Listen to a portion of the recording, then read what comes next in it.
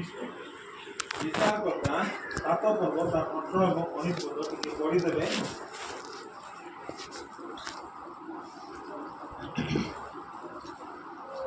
विचार करता सात पर्व जजेस 7 18 and 19 ए प्रकार लिखा जाए विचार करता 7 18 এবং 19 पद जेतेबेले मु ओ आंब संगी समस्ते तुरी बजाइबु सेतेबेले तुमे माने मध्य समुदाय छाणीर चारिआडे तुरी बजाओ ओ कुह खड्ग सदाप्रभुଙ୍କ पक्ष और गिदियनଙ୍କର पक्ष। अनंतर मध्याह्न प्रहरर आरंभरे मिदियनीय माने नूतन प्रहरी स्थापन करते गिदियन और तांकर संगी 100 लोक छाउणीर बारस्थ सीमा प्रांत रे उपस्थित हेले। पुणी सेमाने तुरी बजाई सेमानक हस्तर थिबा कलश कचाड़ी भांगी पकाइले। इति हम देखु गिदियन और मिदियन मानकर गोटे युद्ध। मिदियन माने माने एते लोक एते संख्या रे लोक अछंती माने हिसाब करि हबो नै। बाली परि ताकर लोक अछंती असंख्य ताकर ऑटो ताकर पशु ताकर लोक माने बहुत अछंती। किंतु गिदियन बा इस्राएल लोक माने अल्प अछंती। आ से माने कोन करछंती ना एबे गाँव को परमेश्वर से मन आदेश दौरान तुम मिदियन मान सहित जाए युद्ध करो। आम जदि सब सर्प पढ़वा से मैंने प्रथम केते हजार लोक नहीं तार मन अच्छी कि प्रथम 32,000 लोक 32,000 लोक नहीं करी से मैंने युद्ध करने गले। सदा परमेश्वर कहले गिदियन को ए गिदियन तुम 32,000 लोक नहीं युद्ध करब हाँ आरे कहबो आमे एते लोक को नहीं करी युद्ध करलु आमे सेति पय जिमलु बोली कह सेति पय तमे किस करो इकु से मन को कोन करो नदी रे नियो परीक्षा करो परीक्षा करी करी तमे जेते लोक परीक्षा रे पास हेबे सेते लोक नि तमे नदी रे गले 32,000 लोक आ जे माने कुकुरो परी पानी पीबे चाकू चाकू करी से मन को नियो। तापरे जेतोले टेस्ट हला परीक्षा हला 32,000 लोक पानी पीउछंती के तो आंटू ऊपर खरा दे करी पानी पीउछंती आ के तो ठिया करी पानी पीउछंती नुई करी पानी पीउछंती। किंतु केते हजार लोक सिलेक्शन होउछंती हां केते हजार लोक सिर्फ 22,000 लोक माइनस केते हजार लोक थिले 10,000 मध्य बेसी गला तमे 10,000 लोक को मध्य नहीं पारबो। तापर से परीक्षा हला से जे माने चाकू चाकू कर पानी पीउछंती से बिलो केते लोक थिले 300 लोक केवल सिलेक्शन 300 लोक को से माने धरि करी से माने युद्ध करवा पई जाउछंती। असंख्य लोक से माने अछंती किंतु 300 लोक से माने जाके युद्ध करछंती मिदियन मान सहित। प्रभु केबे मध्य कोन क्वांटिटी द्वारा प्रभु जय प्रदान करते अल्प लोक द्वारा आ क्षुद्र द्वारा का प्रभु जय प्रदान करते। आम देखुचु गलियात एते बड़ थिला किंतु गोटे क्षुद्र लोक जाई क्षुद्र व्यक्ति जाई आघात कला ठीक आम देखि पाए। प्रभु सब बेले क्वांटिटी चाहिए नहीं किंतु क्वालिटी चाहिए। क्वांटिटी आम चर्च रे 100 लोक अछंती प्रभु 100 लोक को चाहूना किंतु क्वालिटी लोक मन को चाहते क्वालिटी बोले गुणात्मक लोक मान जे मान कि प्रभु ठारे निर्भर कर जीवन बिताउछंती से मान को प्रभु चाहउछंती और से मान को नहीं कि प्रभु युद्ध करबा पय चाहउछंती नहीं। जेतेबेले द ग्रेट ऑफ अलेक्जेंडर को पचारा गला तमे सारा जगत रे केंती युद्ध करी जिणुछ से कहला जेतेबेले से घोड़ा मन को गोटे सप्ताह खाइबा पय देबो नै उपवास रखो युद्ध को जीवा पूर्व से मन को टेस्ट करो तापर सप्ताह पर से मन को खाइबा पय देबो समस्त भूख हो जाइथिबे घोड़ा माने जेतेबेले खाइबा पय देले से माने पूरा तत धरि खाइबा पय दिबे किंतु जेतेबेले से द ग्रेट ऑफ अलेक्जेंडर हुइसिल बजाते ଯେତେବେଳେ ଗୋଟେ ଗୋଟେ ଘୋଡ଼ା ଖାଇବେ ନା ଚୁପଚାପ ସେମିତିକା ଘୋଡ଼ାକୁ ଧରିକରି ସେ ଯୁଦ୍ଧ କରିବା ପାଇଁ ଯାଉଛନ୍ତି ଆଉ କେଉଁଛନ୍ତି ସେଇ ପ୍ରକାର ମଣ୍ଡଳୀରେ କ୍ୱାଲିଟି ପ୍ରଭୁ ଚାହୁଁଛନ୍ତି, କ୍ୱାଣ୍ଟିଟି ନାହିଁ। ଏତେ ଲୋକ 30,000 ଲୋକ ଥିଲେ ପ୍ରଭୁ ନେଇପାରିଥାନ୍ତେ ନା, ଅଳ୍ପ ଲୋକ। ଆମେ ଯଦି ଚିନ୍ତା କରିବା ଆଜି ଏଇ ମଣ୍ଡଳୀରେ ଆମେ କେତେ କ୍ୱାଲିଟି ଅଛି, ଆମେ କେତେ ଗୁଣାତ୍ମକ ଅଛି। ଆମେ ସମସ୍ତେ ପାପୀ, ଆମେ ସମସ୍ତେ ଅଧର୍ମ, ଆମେ ପରଫେକ୍ଟ ଲୋକ ନୁହଁ। କିନ୍ତୁ ଏଇ ପ୍ରକାର ଲୋକମାନଙ୍କୁ ଗିଦିୟନ ଜଣେ କିଏ କେମିତିକା ଲୋକ ଥିଲା, ଭୟ ଲୋକ ଥିଲା ନା। ଡରି କରି ସେ କ'ଣ କରୁଛନ୍ତି, ଗୁମ୍ପାରେ ଯାଇକରି ସେମାନେ କ'ଣ କରୁଛନ୍ତି, ଗହମ ମଳାଉଛନ୍ତି। କିନ୍ତୁ ପ୍ରଭୁ କହିଲେ ହେ ମହାବିକ୍ରମଶାଳୀ ବୋଲି ଆଜି ଆମକୁ ମଧ୍ୟ ପ୍ରଭୁ କହୁଛନ୍ତି ସାଧୁ ବୋଲି କରି କହୁଛନ୍ତି, ଆଜି ଆମକୁ ବିଶ୍ୱସ୍ତ ଦାସ ବୋଲି କରି କହୁଛନ୍ତି। ସେଇ ପ୍ରକାର ଲୋକକୁ ନେଇକରି ସେ ଯୁଦ୍ଧ କରିବା ପାଇଁ ଗଲେ। ଆଉ ଯେତେବେଳେ ଯାଉଛନ୍ତି ଆଉ ଲେଖା ହେଇଛି 18-19ରେ ସେମାନେ ଯୁଦ୍ଧ କରିଲା ବେଳକୁ ସେମାନେ କ'ଣ ଧରିକରି ଯାଉଛନ୍ତି ହାତରେ, ସେମାନେ କଳସ, ଶୂନ୍ୟ କଳସ ବୋଲି ଲେଖା ହେଇଛି। ଆଇରେ କ'ଣ ତୁରୀ, ଶୂନ୍ୟ କଳସ ମଧ୍ୟରେ କ'ଣ ଅଛି ବୋଲି ଲେଖା ହେଇଛି, ଦିହୁଡ଼ି। କ'ଣ ଦିହୁଡ଼ି ଆଉ ଶୂନ୍ୟ କଳସ ନେଇକରି ସେମାନେ ଯାଉଛନ୍ତି। ଆଉ ଯେତେବେଳେ ଯାଉଛନ୍ତି, ଯେତେବେଳେ ଗିଦିୟନଙ୍କର ଆଦେଶ କ୍ରମେ ସମସ୍ତେ ମଧ୍ୟରାତ୍ରି ହେଇଛି ଆଉ ସମସ୍ତେ ଶୋଇ ଦେଇଛନ୍ତି, ସେତେବେଳେ ଗିଦିୟନ ଅର୍ଡ଼ର ଦେଉଛି କ'ଣ, ଖଡ଼୍ଗ ସଦା ପ୍ରଭୁଙ୍କର ଲକ୍ଷ୍ୟ। ସେଇ ସମୟରେ ସମସ୍ତେ ସେଇ କଳସକୁ କ'ଣ କରୁଛନ୍ତି, ଭାଙ୍ଗି ଦେଉଛନ୍ତି। ଆଉ ଭାଙ୍ଗିଲା ପରେ ସେଠି କ'ଣ ବାହାରୁଛି, ଲାଇଟ୍ ବାହାରୁଛି। ସେଠି ଗୋଟେ ଟର୍ଚ୍ଚ ଅଛି, ରାତି ହେଇଛି, ଅନ୍ଧାର ହେଇଛି, ସେଥିପାଇଁ ସେ ଭିତରେ ଦିହୁଡ଼ି ଥିଲା। ମୋର ପ୍ରିୟ ଭାଇ ଭଉଣୀମାନେ, ଆଜି ଆପଣଙ୍କର କଳସକୁ ଭାଙ୍ଗିବାର ଅଛି, ଭିତରେ ଲାଇଟ୍ ଅଛି ନା, ସେ ଲାଇଟ୍ କି ସବୁ ଜଳବାର ଅଛି। ଯେତେବେଳେ ପର୍ଯ୍ୟନ୍ତ ହାଣ୍ଡିକୁ ଚବା ନାହିଁ, ସେତେବେଳେ ପର୍ଯ୍ୟନ୍ତ ସେ ଯାବୁ ଭାଗ ନାହିଁ। ସେ ମା କ'ଣ କଲେ, ଯେତେବେଳେ ଜାଣିଲେ ଅପରେସନ୍ କରବାର ଅଛି, ସେ ପଇସା କୁଣ୍ଡିକୁ ଚପି ଦେଲେ, ସେଠୁ ପଇସା ନେଇଗଲେ। ଆଜି ଆମର ଜୀବନ, ଆମର କଳସକୁ ଆମର ଲେଖା ହେଇଛି ମାଥ୍ୟୁ 5:16ରେ। ସେ ଗୋଟେ ଫଟୋ ପଢ଼ବା, ମାଥ୍ୟୁ 5:16 ଏ ପ୍ରକାର ଲେଖାଯାଏ। ମାଥ୍ୟୁ 5:16 ପଦ, ସେହି ପ୍ରକାରେ ତୁମମାନଙ୍କର ଆଲୋକ ଲୋକଙ୍କ ସାକ୍ଷାତରେ ପ୍ରକାଶ ପାଉ, ଯେପରି ସେମାନେ ତୁମମାନଙ୍କ ସତ୍କର୍ମ ଦେଖି ତୁମମାନଙ୍କ ସ୍ୱର୍ଗସ୍ଥ ପିତାଙ୍କର ମହିମା କୀର୍ତ୍ତନ କରିବେ। ତୁମମାନଙ୍କର ଆଲୋକ ଲୋକମାନଙ୍କ ସାକ୍ଷାତରୁ ପ୍ରକାଶ ପାଇବା କେମିତି ପାଇବ? ଆମେ ଯେତେବେଳେ ଭଗ୍ନ ହେବୁ ନାହିଁ, ଆମର ଜୀବନରେ ଯେତେବେଳେ ଆମେ ନମ୍ର ହେବୁ ନାହିଁ, ଆମେ ଯେତେବେଳେ ଶୂନ୍ୟ ହେବୁ ନାହିଁ, ସେତେବେଳେ ପର୍ଯ୍ୟନ୍ତ ଆମର ଆଲୋକ ଲୋକମାନଙ୍କୁ ପାଇବ। ତେଣୁ ଏଇ କଳସକୁ ଆମେ ଭାଙ୍ଗିବା। ସେ ଭିତରେ କ'ଣ ଅଛି? ଟର୍ଚ୍ଚ ଅଛି। ସେ ଭିତରେ ଟର୍ଚ୍ଚ ଅଛି। ତାପରେ ଆମେ ଦ୍ୱିତୀୟ ଭଗ୍ନ ବିଷୟ ଆମେ ଦେଖିବା। ମାର୍କ 14 ପର୍ବ 3 ପଦ। ମାର୍କ 14 ପର୍ବ 3 ପଦ। ଏ ପ୍ରକାର ଲେଖାଯାଏ। ମାର୍କ 14:3 ପଦ, ଯୀଶୁ ବେଥନିଆରେ ପୁଷ୍ଟି ସିମୋନଙ୍କ ଗୃହରେ ଭୋଜନରେ ବସିବା ସମୟରେ ଜଣେ ସ୍ତ୍ରୀ ଲୋକ ଗୋଟିଏ ପାତ୍ରରେ ବହୁମୂଲ୍ୟ ବିଶୁଦ୍ଧ ଜଟାମାଂସୀ ତୈଳ ଆଣି ସେହି ପାତ୍ର ଭାଙ୍ଗି ତାଙ୍କ ମସ୍ତକରେ ଢାଳିବାକୁ ଲାଗିଲେ। ଆମେ ଦେଖୁଛୁ ଗୋଟେ ବିଶୁଦ୍ଧ ଜଟାମାଂସ ଥିବା ତୈଳ ପାତ୍ରକୁ ଭଙ୍ଗା ଯାଉଛି, ଯଦ୍ୱାରା ସେଠୁ ଗୋଟେ ସୁବାସ ବାହାରୁଛି। ସେଇ ତୈଳର ଦାମ କେତେ ବୋଲି ଆମେ ଦେଖିପାରୁଛୁ? 300 ଦିନାର। ଆଗରେ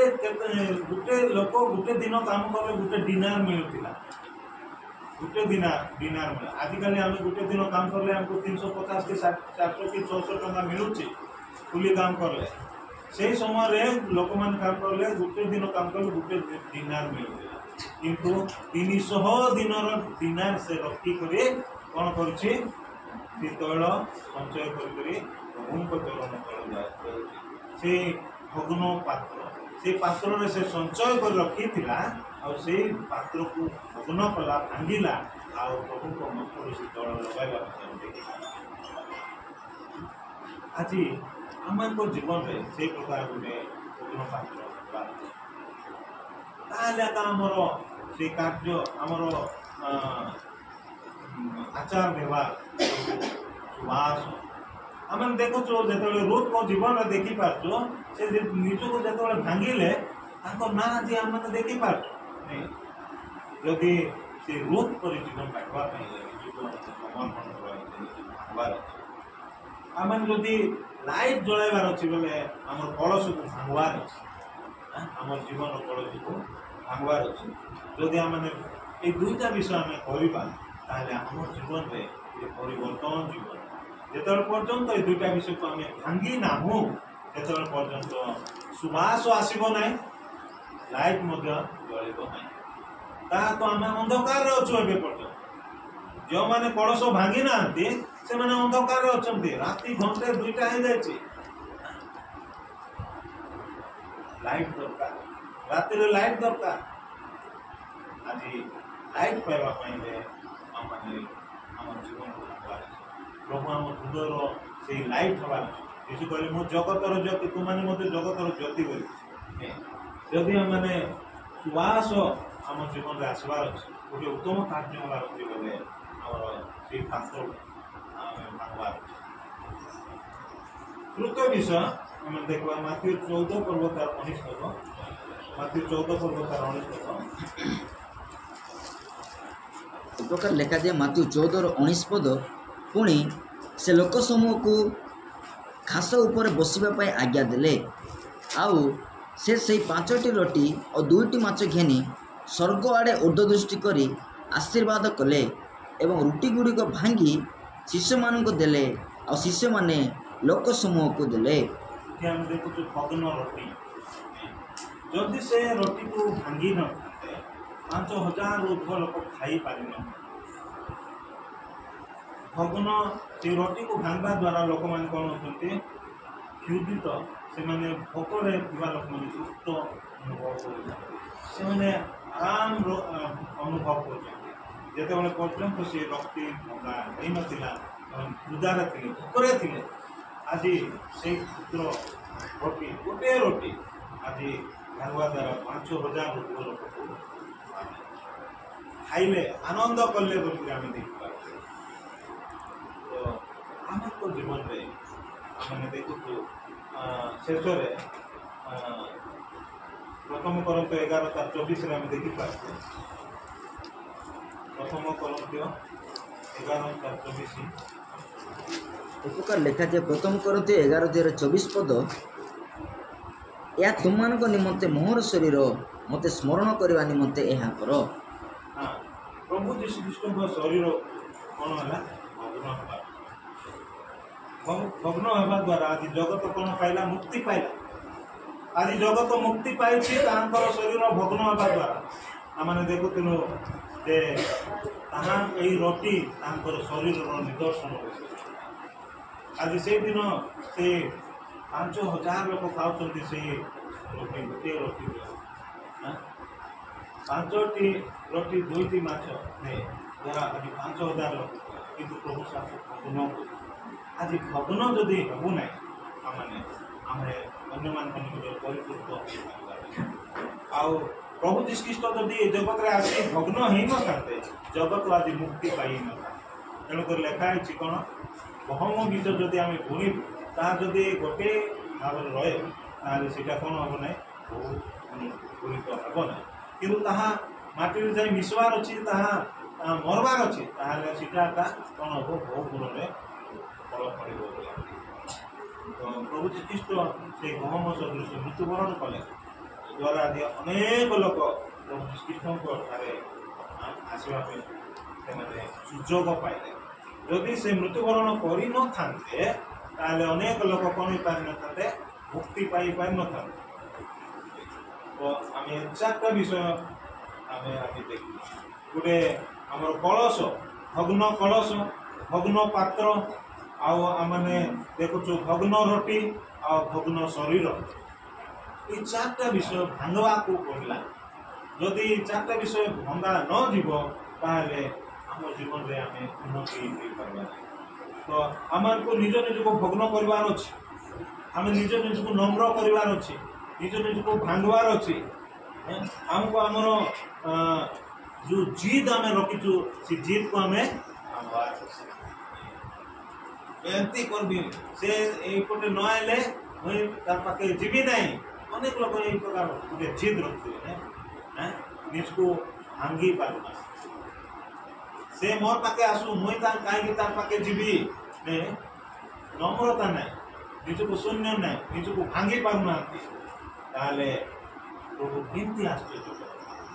आज आम जीवन प्रभु केमती बास करदे आम जिद को आम भांगार अच्छे आमर इच्छा को आम भांगवार अच्छे आमर इच्छा थी अनेक प्रकार थी आम आज देखुलु